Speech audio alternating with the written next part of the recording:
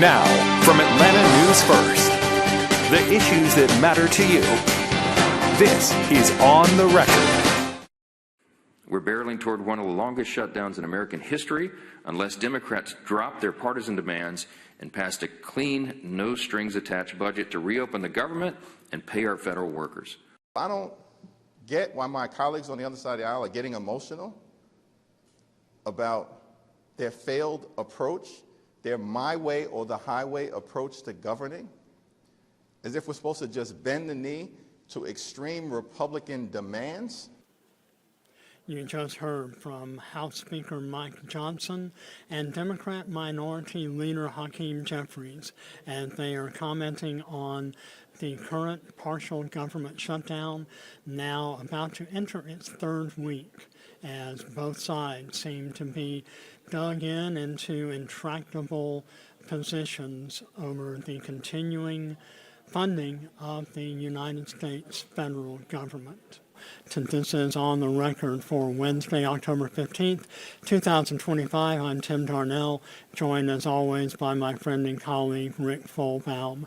Rick, we were talking last week, and you and I have been talking throughout this entire partial government shutdown that began on October 1st, 2 weeks ago, that it's going to take really a crisis of an unimaginable proportion to bring Republicans and Democrats together to the bargaining table to figure out how to reopen several very vital and important agencies at the federal level. Tell us where we are right now.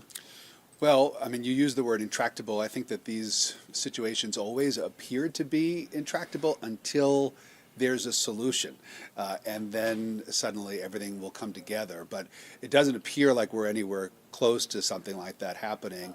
But you're right. If we go back to the last government shutdown, which was the longest government shutdown in the history of the country. It took place during the first Trump administration. It lasted for 35 days or something like that from December into January of 2019. The straw that broke the camel's back had to do with airline delays and flight delays and workers, air traffic controllers and TSA workers who were doing mass sick outs, basically calling out sick and resulting in flights being canceled and delays for the flying public. And that was something that was really seen to be, a major black eye, enough so for President Trump and Republicans at the time that it brought them back to the bargaining table. That fight was over funding for President Trump's southern border wall that he had initially promised that Mexico would pay for, and then wanted to fund that with federal taxpayer dollars, and the Democrats were not in favor of that, and that is what led to the shutdown. This time the shutdown has to do with health care spending and these Obamacare subsidies that have been in place for years, which are now set to expire at the end of this year. And when they do expire, if they're allowed to, it will result in health care premiums going up, skyrocketing, really, for millions and millions of Americans, many of whom live in red states like here in Georgia, who rely on the Obamacare Affordable Care Act exchange for their health insurance. And without those subsidies, that insurance might become unaffordable for them, leaving them with no health insurance at all. And so that's the battle that Democrats are waging, and their sort of calculus is that because there are enough Americans, both Democrats and Republicans, who would be impacted negatively by these subsidies going away, that is what's going to give them the political upper hand and eventually lead Republicans to the realization, Democrats hope, that they have no choice but to agree to extend these subsidies, which would then bring Democrats back to the bargaining table and lead to them signing this continuing resolution, which has already been passed by Republicans in the House, that would reopen the federal government at least for another Thank you for watching. weeks, giving them more time to hammer out a more long-term type of spending plan. But where we stand now is that neither side seems to be willing to budge. And in fact, you mentioned the word crisis a moment ago. It seems as though President Trump and Republicans are looking to create crises by laying off tens of thousands of federal workers who work for agencies that the administration considers to be Democratic-friendly agencies, agencies that Republicans and conservatives have never really been fans of, that this is an opportunity, this government shutdown, to really get rid of those agencies altogether by firing the people who work there. And we're seeing this across the board in a number of different areas, most notably for us here in Georgia, Health and Human Services, that department, which of course oversees the CDC, headquartered here in DeKalb County, where there have been hundreds of layoffs. In fact, there were so many layoffs that were issued last Friday night, some 1,300, only to have about 700 of those CDC employees receive emails the following day saying, hey, you were sent that termination email by mistake. In fact, your job is safe. You are not terminated. After. So there seems to be some confusion on exactly how those layoffs are to take effect and exactly who is to lose their job and who's to keep their job. But it is something that Republicans are looking at as a way of ratcheting up the pressure on Democrats. We see it happening at those agencies levels. We see it if you go, there's a story this week about a video message that was recorded by the Homeland Security Secretary, Kristi Noem, which comes out and says the Democrats are to blame. If you're having any problems with your flight today, and this is a video message that is shown to folks as they're waiting to go through airport security, so everybody sees it. And the message is, if you're having problems with your flight today, you can blame the Democrats.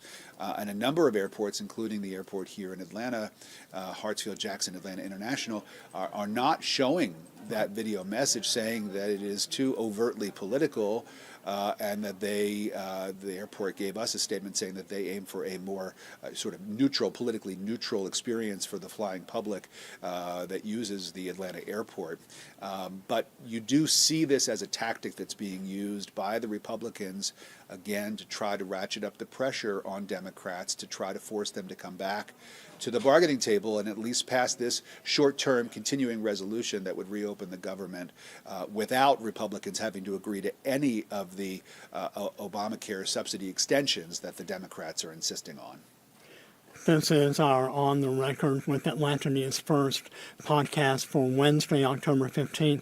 We talk in this broadcast, in this podcast, I should say, we look at a lot of the national issues that are affecting the American political spectrum. And it's very interesting you mentioned the video that is showing in TSA's security lines at various airports across the country, with Department of Homeland Security Secretary Kristi Noem saying this is a shutdown that is being caused by the Democratic Party.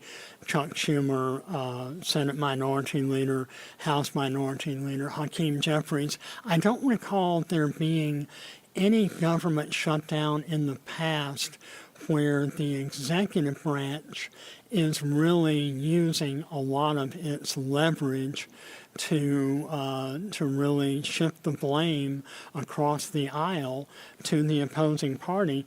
Case in point, this very controversial video that you mentioned that Hartsfield Jackson Atlanta International Airport told us yesterday, it is not showing. There are several other airports across the country that are refusing to show or opting out to show the video.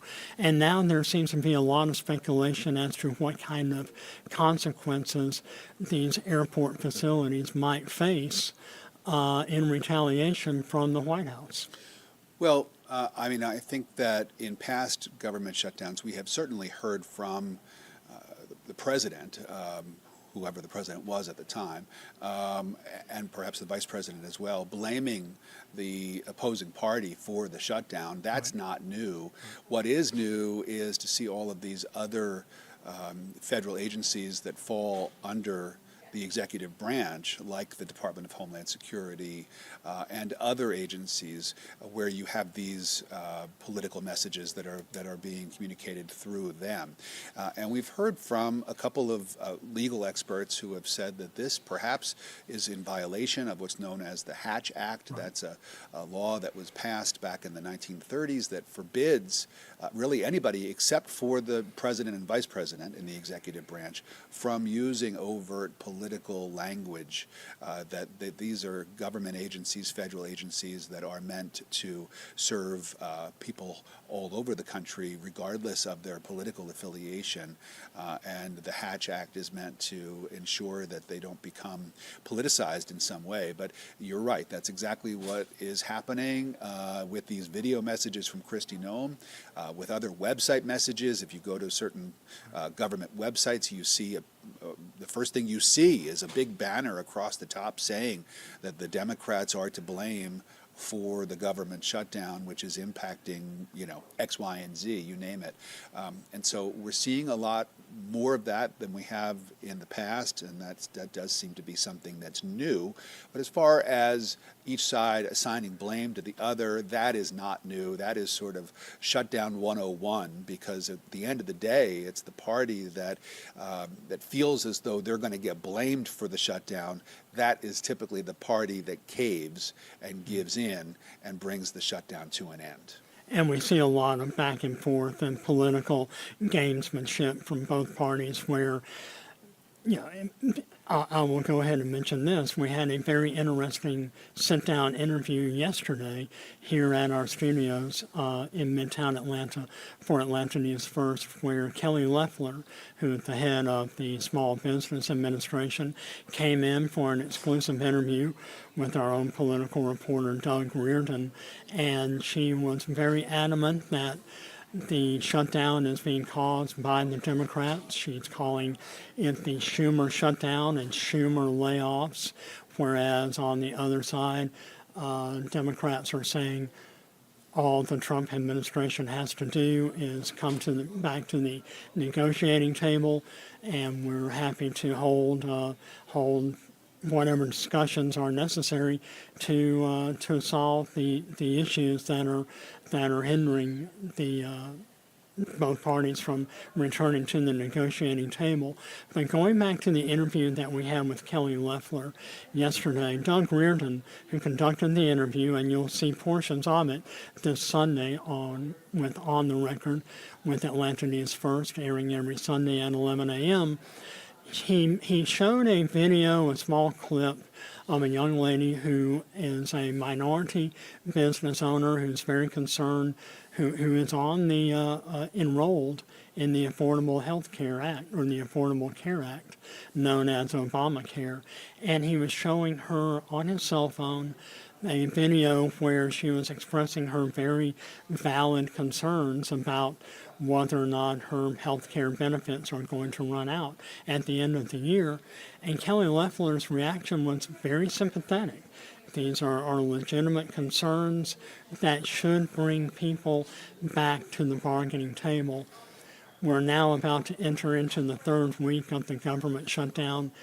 Crystal balling it for me, for all of our readers and viewers, how long do you think this will go on? Well, I mean, 35 days? That's the longest in history. That would be the longest in history. I don't make any political predictions. I stopped doing that a while back when I just had an awful string of wrong predictions, and so I won't go there as far as giving you a number of days that this government shutdown lasts. But it does appear as though both sides are prepared for the shutdown to last a while. Each side feeling as though they have the upper hand and the better argument to make to voters, both in their base and voters even on the other side of the aisle. Democrats feel as though health care is a winning issue for them. It has been a winning issue for them in past elections. Of course, Obamacare is the signature achievement of the Obama years, which are really sort of the salad days for the Democratic Party. The last time the Democrats have really, sort of held sway with very strong public opinion polls numbers around the country. It's been a while for Democrats to be able to latch on to something like that, and they feel as though they've got their issue here. For Republicans, they say, look, we want to pass this clean, continuing resolution, this bill that will keep the government running. It doesn't have any politics in it. It is just a straight, clean bill. And for the Democrats to stand in the way of voting for something that is politically free of any kind of controversy, that reflects poorly on Democrats. And so both sides really feel as though they have a good argument to make. It'll be interesting to watch the public opinion polls. Right now, we're not really getting any sort of firm numbers here, but as this plays out, we certainly will. And I think that another interesting thing to watch for, Tim, will be members of each of the party peeling away. If you start to see Democrats saying, well, look, we really need to get the government back up and running, and if that means passing this short-term continuing resolution, let's do it, and then we'll go back to the bargaining table and fight for health care. If you see Democrats doing that, that's a sign that Democrats are starting to feel the pressure. Right. On the other hand, if you see and hear from Republicans like we have, from Marjorie Taylor Greene, for example, our congresswoman from Rome, Georgia, here in our state, if we hear Republicans coming forward and saying, look, these healthcare premiums are going to impact a lot of people, Democrats and Republicans, and make healthcare unaffordable. We need to fix this, and we need to go and extend these subsidies like the Democrats are asking for. She has broken from her party's leadership on that, but if there are other Republicans who join her, well, then that's another sign on the Republican side that they're feeling the heat and that this might be coming to a close sooner than later. Well, this is just one of the many issues we're continuing to follow here at Atlanta News First, AtlantaNewsFirst.com, and On the Record with Atlanta News First. A reminder, watch On the Record with Atlanta News First every Sunday at 11 a.m. Rick, you have a very interesting interview coming up in just a little while, an exclusive interview with Jason Carter, who will be in the station just shortly after we're finishing recording this Wednesday, October 15th podcast. Tell us a little bit about what you're going to be talking about. Well, Jason Carter has endorsed Jason Estevez, who is one of the Democrats who is running for the Democratic nomination for the chance to run in the general election for Georgia governor. And he is a former state senator here in Georgia who has left his position in the state Senate in order to focus entirely on his gubernatorial race. Jason Carter, of course, has the most famous last name in Georgia politics as the grandson of the only U.S. president to have ever hailed from our state. He, of course, has made a name for himself over the years, including an unsuccessful run for governor as a Democrat back in 2014. And a lot of people thought that he may get into the race this year. However, his wife is ill, and he did cite that as the reason for not getting into this race.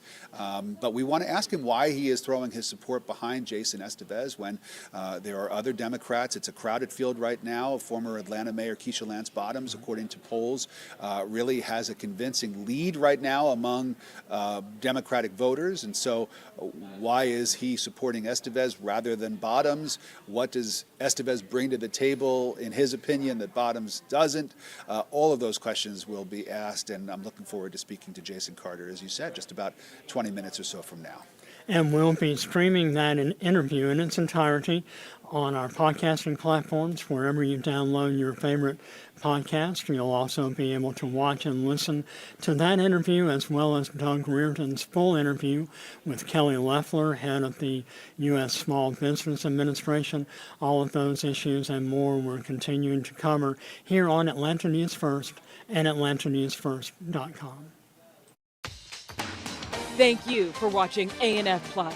For more breaking news, live coverage, and your community stories, download the Atlanta News First app. You can also watch us on YouTube, Roku, Apple TV, and Fire TV. To join the conversation on YouTube Live, visit our channel and hit subscribe. You can also listen to the Atlanta News First podcast by searching Atlanta News First on your preferred listening platform.